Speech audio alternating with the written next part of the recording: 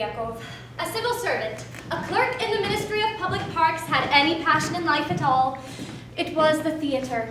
He certainly had hopes and ambitions for higher office, and had dedicated his life to hard work, zeal, and patience. Still, he would not deny himself his one great pleasure. So he purchased 2 tickets in the very best section of the theater for the opening night performance of Rostov's The Bearded Countess. As fortune would have it, into the theater that night came his respected superior, General Mikhail Brasilov, the Minister of Public Parks himself. Good evening, General. What?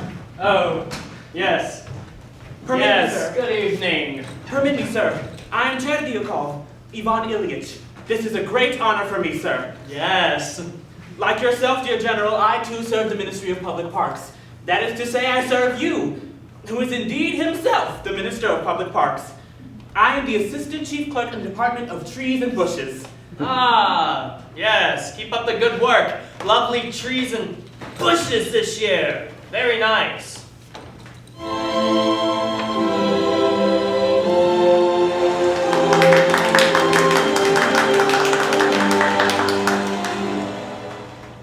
My wife would like very much to say hello, General. This is she, my wife, Madam Cherdyakov. How do you do? My pleasure. My pleasure, General. How do you do? Madam Brasilov, my wife, Madam Cherdyakov. How do you do, Madam Brasilov? How do you do? I just had the pleasure of meeting your husband. And I am my wife's husband. How do you do, Madam Brasilov? I'm sorry. Terribly sorry.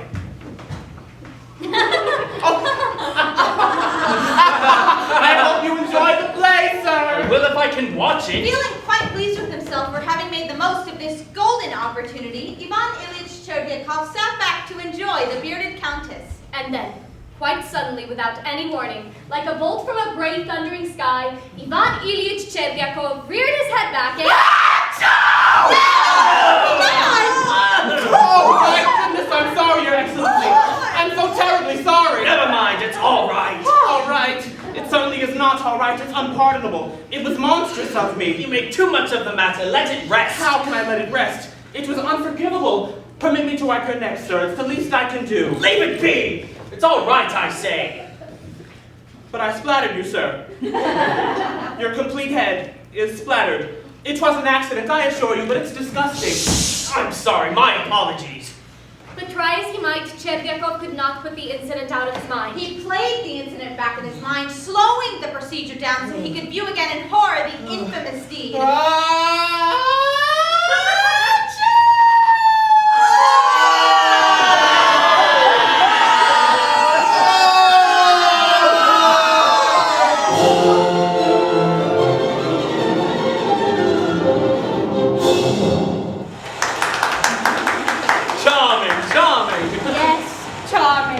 Simply charming. Wasn't it charming, my dear? I found it utterly charming. I was completely charmed by it. Excuse me, Excellency. Who's tapping? Somebody's tapping me. Who's that tapping? I'm tapping, sir. I'm the tapper.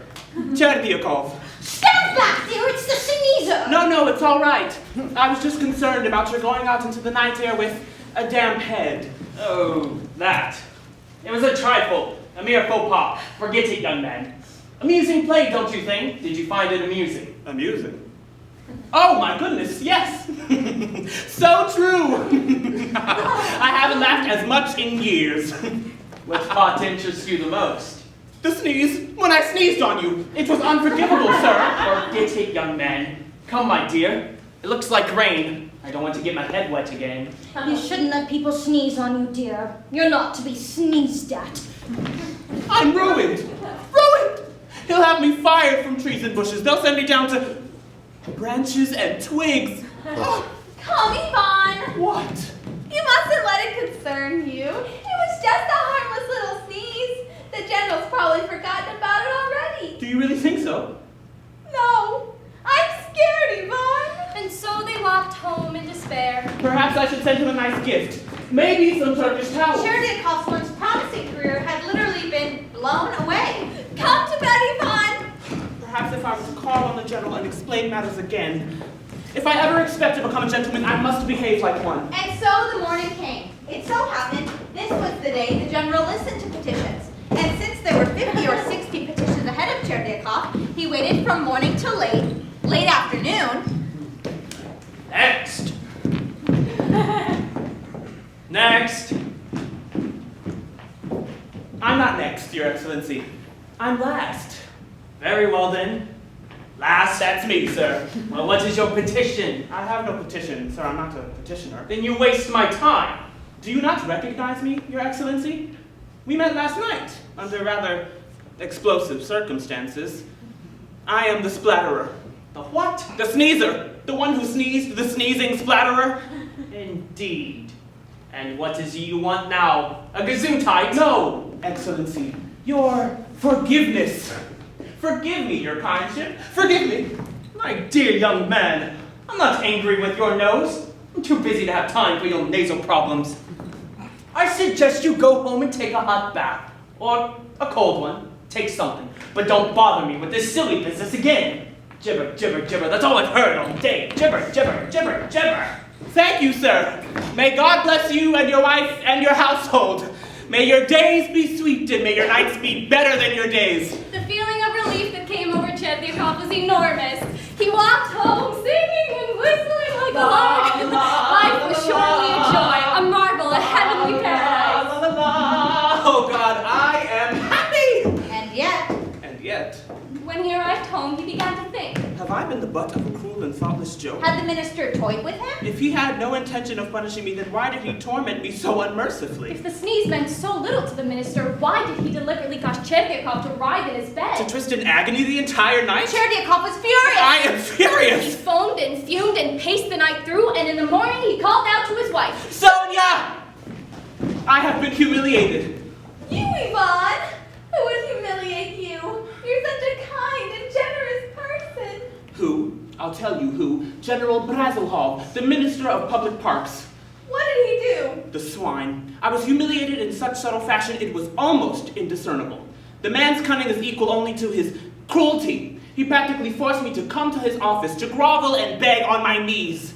I was reduced to a gibbering idiot. You were that reduced? I must go back and tell him what I think of him. The lower classes must speak up. It is he who will be humiliated by I. And so, the next morning, Cherdyakov came to humiliate he. Last. Well, Well, you say. Do you not recognize me, Your Excellency? Look at my face. Yes, you're quite correct. It is I, once again. it is you once again who? Cherdyakov, Excellency. I return taking neither a hot bath nor a cold one. Well, let this filthy man in. What is it? What is it? What is it, you ask? You sit there and ask, what is it? You sit there in your lofty position as General and Minister of Public Parks, a member in high standing among the upper class, and ask me, a lowly civil servant, what is it? What is it? What is it? Don't stand there gibbering like an idiot. What is it you want? I'll tell you what I want. I wanted to apologize again for sneezing on you. I wasn't sure I made it clear. It was an accident, I assure you. Out! Out, you idiot! Fool! Imbecile! Get out of my sight! I never want to see you again. If you ever cross my line of vision, I shall have you exiled forever. What's your name? Cherdyakov. You maggot! You germ spreader! You insect! You are lower than an insect! You are the second cousin to a cockroach, the son-in-law of a bedbug. You are the nephew of a ringworm. You are nothing. Nothing, do you hear me? Nothing! At that moment, something broke loose inside of Cherdyakov. The matter was over. For once, for all, forever. What happened next was quite simple. Ivan Ilyich Cherdyakov arrived at home, removed his coat, Lay down on the sofa.